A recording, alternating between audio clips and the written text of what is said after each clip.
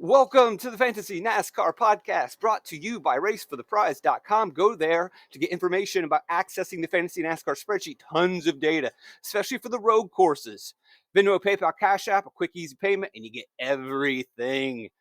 What's today's podcast about? This is a general evergreen podcast that you can listen to anytime before a road course Cup Series race.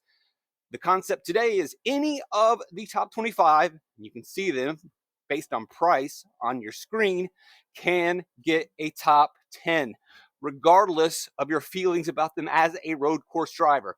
Any of the top 25 can get a top 10. You're going to chase place differential. Is that a hot take? I will defend it. But my general belief is that they are all on the board. They are all in play. And the general premise is the competition gap is not very wide. And if you just look at every single race over the last 2 seasons and even beyond that, you're seeing the green. You're seeing these drivers priced from 15th to 25th-ish. And in every race, 2 or 3 are sliding into the top 10. Even drivers that you wouldn't expect. Justin Haley getting top 10s. Bubba Wallace, again, he's not very good of a road course racer, I don't think. Well, getting some top 10s. Todd Gilliland, 11th, 10th, 4th. They're all on the board. They are all in play. And the general premise is the competition gap is not very wide at the road courses. And I'm going to go through a handful of reasons, more than a handful of reasons, explaining this concept. TLDR, if you're not going to listen to the entire podcast, when you are building your lineups, you're going to want to consider those drivers in the 20s that may or may not be the best picks, may or not be the guys that you think are elite. We're not talking elite. We're talking, can they get a top 10? And here are going to be the reasons. Again, the general premise is the competition gap's not wide.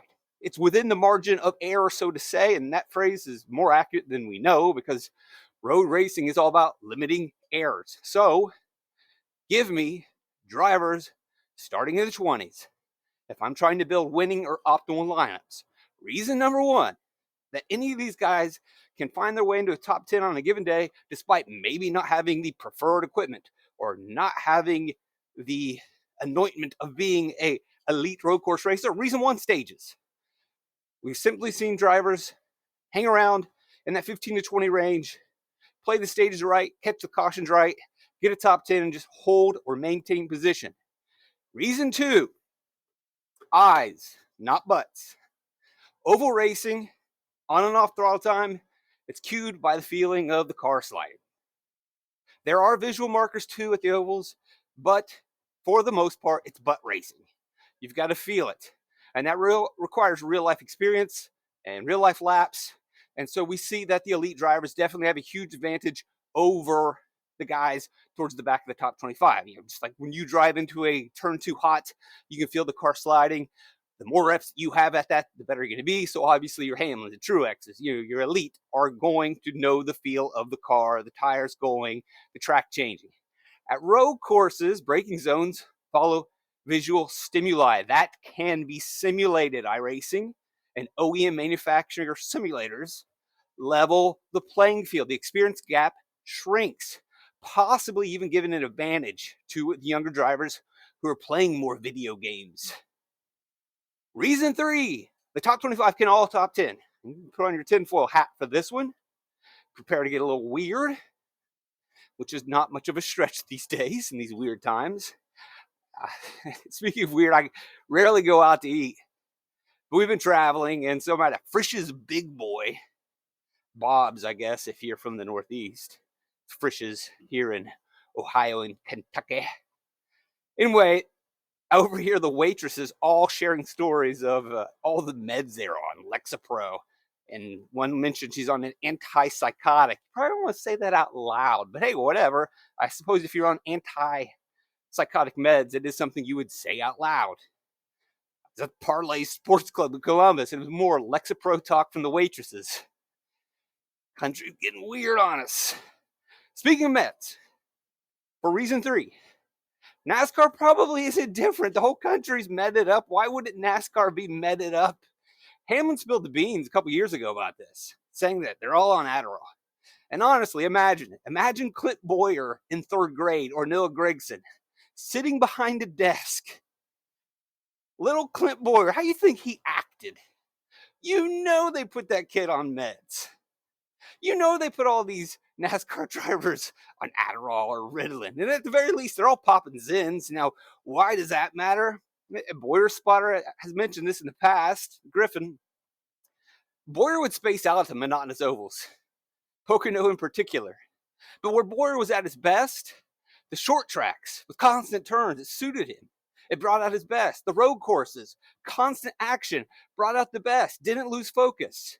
And so we go to the road courses, and these kids, who definitely in this generation are probably getting juiced up, it's going to bring out the best of them. And so again, we're talking about shrinking the margin of competition or shrinking the advantage gap.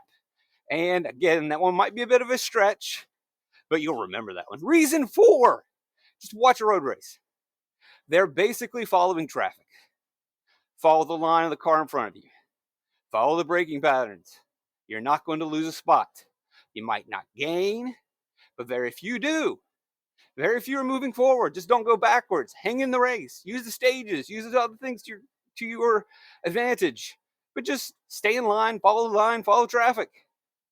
I'm not saying the 25th place driver or the 25th on our board or a $6,700 driver is going to win. Just get a top 10. They can all get a top 10. Actually, they can't all get a top 10.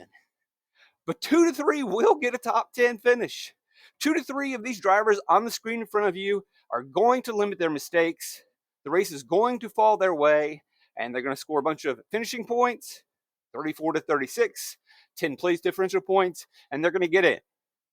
And it's not necessarily going to be because they had a fast car or because they're fast in practice. It's because they went out there and just followed the rules, followed the line, limited the mistakes, let the race come to them. It's all about limiting those mistakes. And I gave the example of drunk driving the other day. Probably not appropriate. A better idea of what road course racing is in the Cup Series is driving in the snow. You just want to limit your mistakes and get home. It's not a race. It's survival. And you've seen that. People spinning out, people doing stupid stuff in Cup Series, also in a winter storm. The guys that get home, limit the mistakes. The guys that get home and not on the side of the road, pay more attention and just play it safe. Hey, what does that sound like? Oh, I get it. It sounds like Daytona. What do we do at Daytona? We chase place differential in the back. Now, of course, we're going to want some of those elite hot rods up front, the snow plows. Yeah, but that's another conversation. When we're looking for lap leaders, we can look at history, we can look at practice times, etc., and qualifying position. But the whole lineup is not snowplows. There's 2 snowplows at the front. But then the rest of your fantasy NASCAR lineup at DraftKings at a road course is safe drivers. 4-wheel drive or not. The patient. The safe guy. Reason 5 for anyone in the top 25 can get a top 10. Survey says setups. How you set up a stock car for a road course? If you help the car in one turn, it's going to hurt it in another. No car is going to be perfect at any road course race. Now, the top 5 likely will have the closest thing to perfection, but once we get outside of those elite, you just basically have a stock car at a road course. And this stock car is designed for parity. So we're talking about those cars 10 through 25, pretty equal in equipment. I mean, this is not F1. It's not Indy. You're not engine tuning or doing aero based on quantum physics. It's not happening, especially not in a 50-minute practice session. You got what you got. You got a stock car. It's pretty equal to others. Go out there. Don't make any mistakes. Reason 6. Our final reason. The plethora of road races. There used to only be 2 races. Sonoma, Watkins Glen. These were throwaways for most drivers. There's a throwaway for small teams, middle-sized teams, even some of the elite teams. They did not allocate resources. Now, road racing is a sizable chunk of the calendar. Resources go into this. Via driver, via team.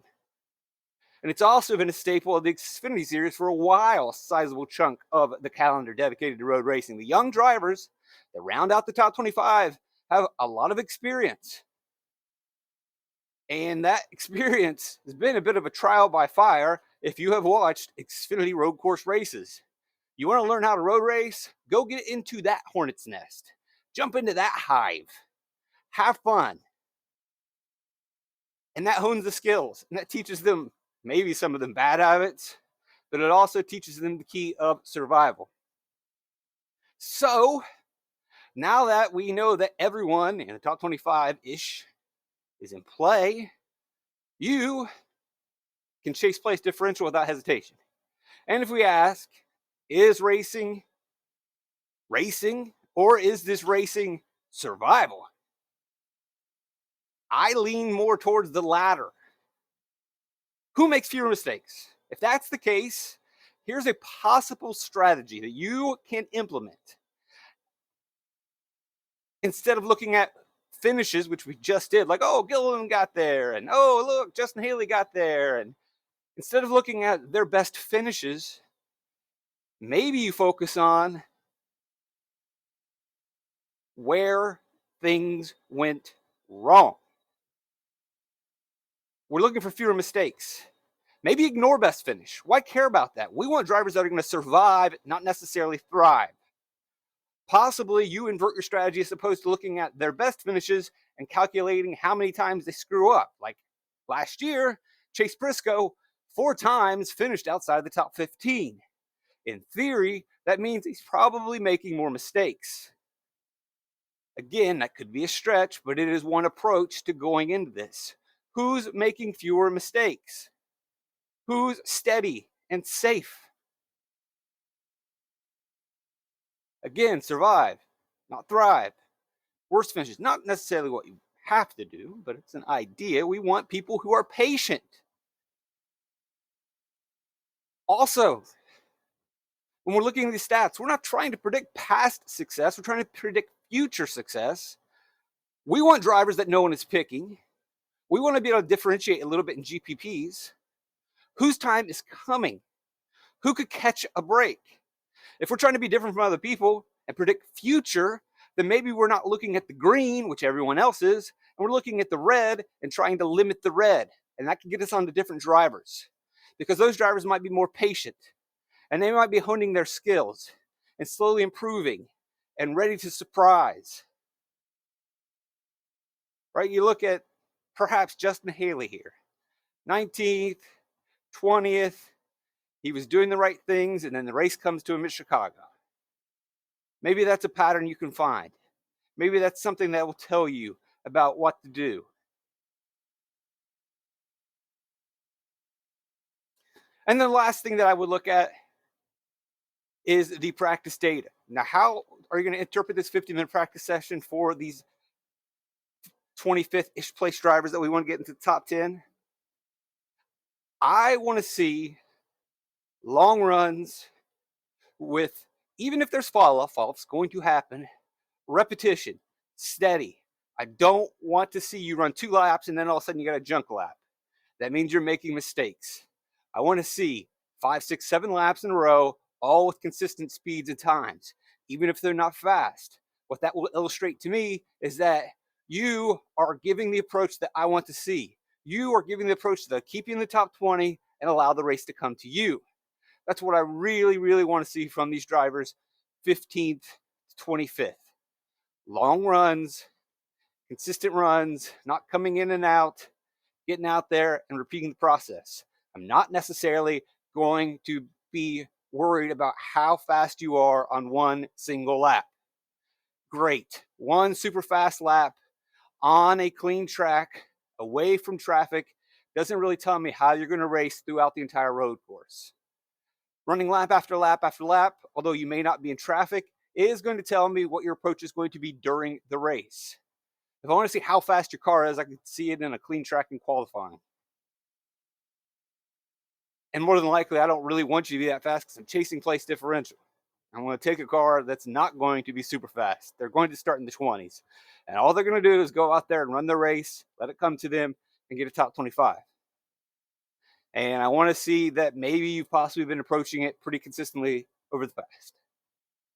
Thanks for joining me. RaceForThePrize.com, Venmo, PayPal, Cash App. If you want to get access to the Fantasy NASCAR Spreadsheet, all of this road course data, all the data from every single race as we move forward, you know the drill. Very much appreciative of everyone out there.